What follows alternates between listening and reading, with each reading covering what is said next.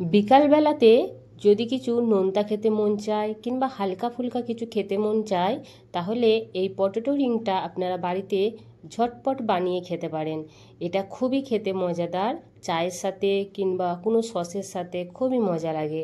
তবে বন্ধুরা চলুন ভিডিওটা আপনাদের সাথে শেয়ার করি। আমি 4টে মিডিয়াম সাইজের আলু সিদ্ধ করে নিয়েছি। এবার গ্রেটার দিয়ে গ্রেট করে নিচ্ছি আলুগুলোকে। আর এখানে আলুগুলো ছেনে নিলে চলবে না, আলুগুলোকে গ্রেটই করে নিতে হবে।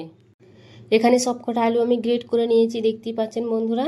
এবার এতে আমি দিয়ে দেব 3 চামচ মতো আরারোট পাউডার। যদি না আরারোট পাউডার আপনাদের কাছে থাকে তাহলে আপনারা চালের গুঁড়ো কিংবা ময়দাও ব্যবহার করতে পারেন, তবে চালের গুঁড়ো বেশি ভালো হবে।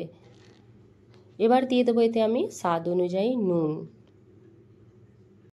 আর দিয়ে দেবো 1 চামচ মতো টুকরো করে একদম পাতলা পাতলা করে কেটে রাখা ধনে পাতা, আর দিয়ে দিচ্ছি কাশ্মীরি লঙ্কা গুঁড়ো 1/2 চামচ মতো, আর দেবো এখানে আমি গোটা জিরে আমি দিয়ে দিলাম, আর দিয়ে দেবো 1/2 চামচ মতো গোলমরিচ পাউডার, আর দিয়ে দেবো এতে আমি 1/2 চামচ মতো জোয়ান। এগুলোকে আগে খুব সুন্দর করে মিক্স করে নিতে হবে। দেখুন মেখে নিতে হবে। যদি নরম মনে হয় তাহলে আরও একটু চালের গুঁড়ো দিতে পারেন কিংবা ময়দা ব্যবহার করতে পারেন। দেখুন এখানে একটা ডো বানিয়ে নিয়েছি আমি। এবার এই ডো থেকে অল্প একটু তুলে নেব, নিয়ে এরকম একটা চিক নিয়ে নিয়েছি। এটাতে আমি একটু হালকা করে তেল লাগিয়ে নেব যাতে না চিপকে যায়, ধরে যায়। তো এইভাবে তেল লাগিয়ে নেব, আর অল্প একটু লই কেটে এখান থেকে নিয়েছি। এবার এইভাবে কোনো ফ্ল্যাট প্লেট দিয়ে কিংবা হাতে করেও হয়ে যাবে, এইভাবে চাপ দিয়ে একটা শেপ বানিয়ে নেব।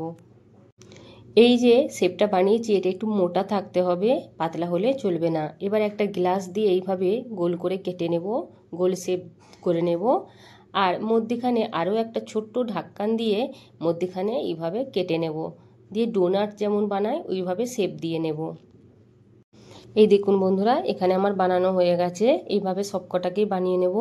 নিয়ে মিডিয়াম তেলটাকে গরম করে নিয়েছি আমি, মিডিয়াম গরম আছে। এবার তেলকে এইভাবে আমি ফ্রাই করে নেব। একদিকটা এবার উল্টে দেবো, একদিকটা হয়ে গেছে। আর একদম লাল লাল করে ভাজতে হবে, তবে যে কুরকুরে হবে, নাহলে লাল কালার না আসলে কুরকুরে হবে না, নরম থেকে যাবে, কুরকুরে মতো হবে না।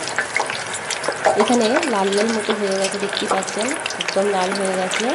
এবার এগুলোকে আমি তুলে নেব। এবার যেগুলো বাকি আছে সেগুলোকে এইভাবে দিয়ে একদম মিডিয়াম আঁচে রেখে সুন্দর করে লাল করে ভেজে নেব। এগুলোকেও আমি লাল লাল করে ভেজে নিয়েছি। এবার এগুলোকেও তুলে নেব, তুলে আমি সাইডে রেখে নেব। দেখুন বন্ধুরা আমাদের পটাটো রিং একদম রেডি হয়ে গেছে, দেখতে কত সুন্দর লাগছে, অতটাই কুরকুরে, খেতে খুবই মজাদার। যদি ভিডিওটা আপনাদের ভালো লেগে থাকে তাহলে লাইক, কমেন্ট, শেয়ার আর সাবস্ক্রাইব করতে মোটেও ভুলবেন না। ভিডিওটা দেখার জন্য অনেক অনেক ধন্যবাদ।